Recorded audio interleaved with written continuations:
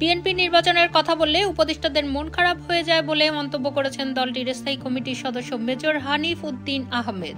বৃহস্পতিবার রাজধানীতে এক অনুষ্ঠানে তিনি এ মন্তব্য করেন। এদিন হাফিজ বলেন, আমরা অতি দ্রুত নির্বাচন চাই। যে সংস্কারের কথা বলেন শেখ হাসিনার পলায়নের মাধ্যমে ৮০% সংস্কার হয়েছে। এখন আর সংস্কারের প্রয়োজন নেই। এখন প্রয়োজন নির্বাচনী ব্যবস্থা সংস্কার। নির্বাচন দিতে যত দেরি হবে তত শেখ হাসিনার ষড়যন্ত্র বৃদ্ধি পাবে বলেও মন্তব্য করেন তিনি। বিএনপির এ নেতা বলেন, যে সংস্কার করতে চান সেই সংস্কারের অধিকার আপনাদের নাই। জনগণের নির্বাচিত প্রতিনিধি সংস্কার করবে। বিএনপির স্থায়ী কমিটির এই সদস্য বলেন, এদেশে কিংস পার্টি গঠন হতে চলেছে। কিংস পার্টির ভবিষ্যৎ কখনোই ভালো ছিল না, ভালো হবেও না। নির্বাচনের নামে প্রহসনের ফলে একদল দুর্বৃত্ত ক্ষমতায় বসেছিল।